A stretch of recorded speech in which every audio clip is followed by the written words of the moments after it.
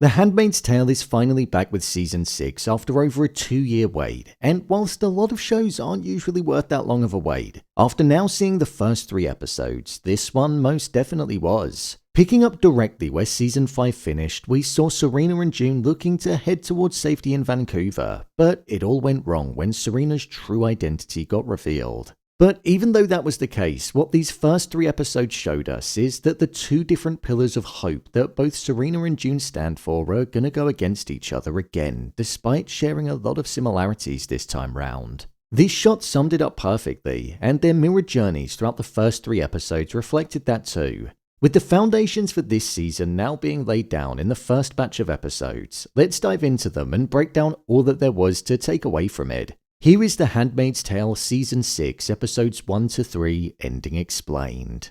Just to let you know, this video will contain spoilers. June.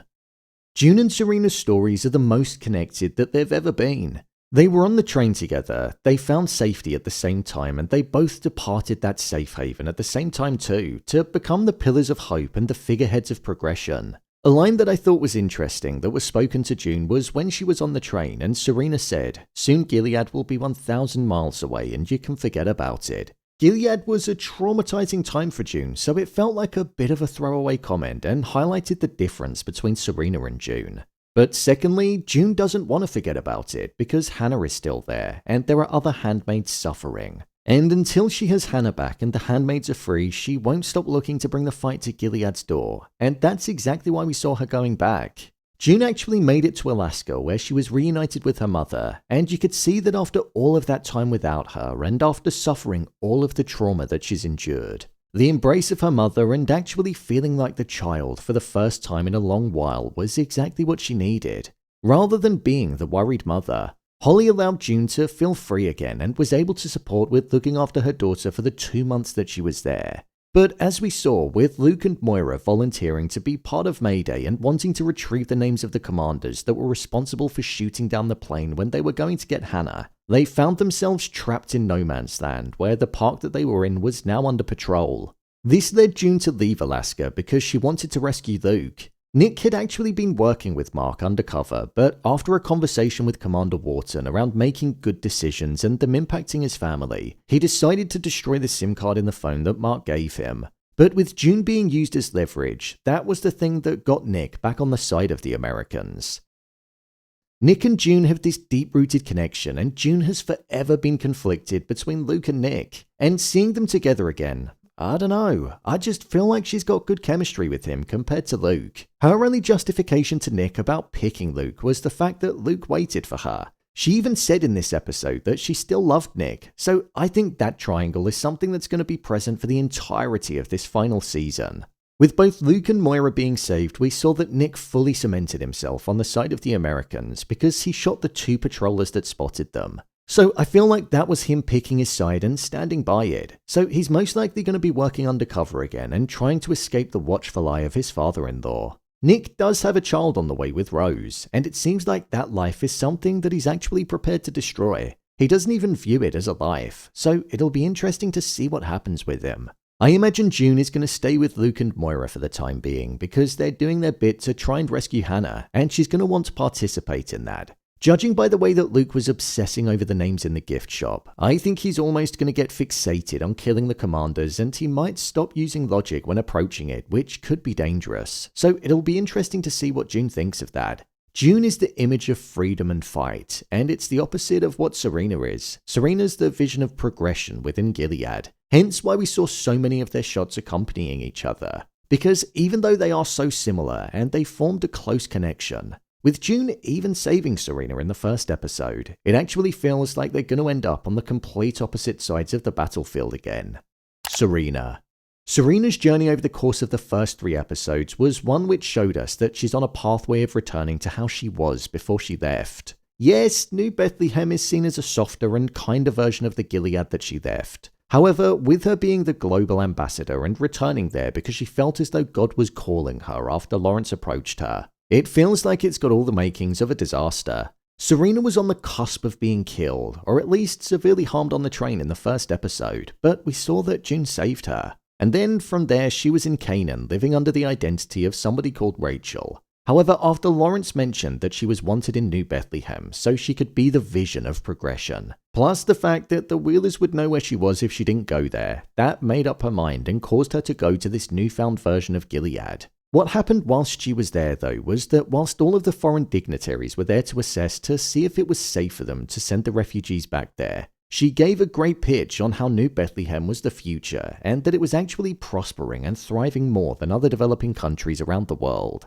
especially when it came to birth rates. The motto of, "We broke this country, now we have to fix it," is something that I think she does genuinely believe and will want to do, but I think she's going to be clouded by those around her. The likes of Commander Wharton was somebody that it seemed like she was getting close to, and I think that the both of them are going to have some kind of romantic connection over the course of this season. Something that will most likely cause her to have an ascending rise to power. The way that the foreign dignitaries responded to Serena is telling of how many of the other people will, and I think we'll see her losing what humanity she has, and her obsession with being selected by God is what will drive her mindset and cloud her more humane, empathetic judgment that we've seen her have. With Lawrence being a figurehead of the New Bethlehem development, if Serena starts getting close with the likes of Commander Wharton, I think we could end up seeing Lawrence being overlooked and him regretting bringing Serena to the development that he created. Aunt Lydia. Aunt Lydia is a character that didn't get that much focus over the first 3 episodes, but what we did see was that Janine had been taken and was now working in some kind of brothel type place. Aunt Lydia was shocked at this because after Janine refused to apologize to Naomi in season 5, she didn't realize that she'd be sent to spend the rest of her days working there. Along with many of the other girls that Aunt Lydia had worked with over the years, we've come to see Lydia care for Janine in a way that we've not seen her connect with any of the other girls in the show. And with Naomi and Lawrence not permitting her to return, I feel we're going to see Lydia looking to fight to get Janine out of there because I believe she does now truly want the best for her. My review of the first 3 episodes.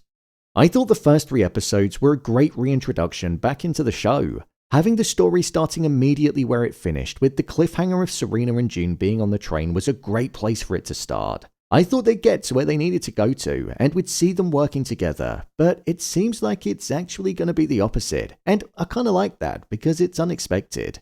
Nick is a character that I continue to like in the show and I can completely understand the conflict that he has. He's conflicted because he's scared of what could happen if it gets out that he's working with Mark. So having his character destroy the phone made complete sense. His love for June is something that's also so clear to see, and it just makes the love triangle even more interesting to follow.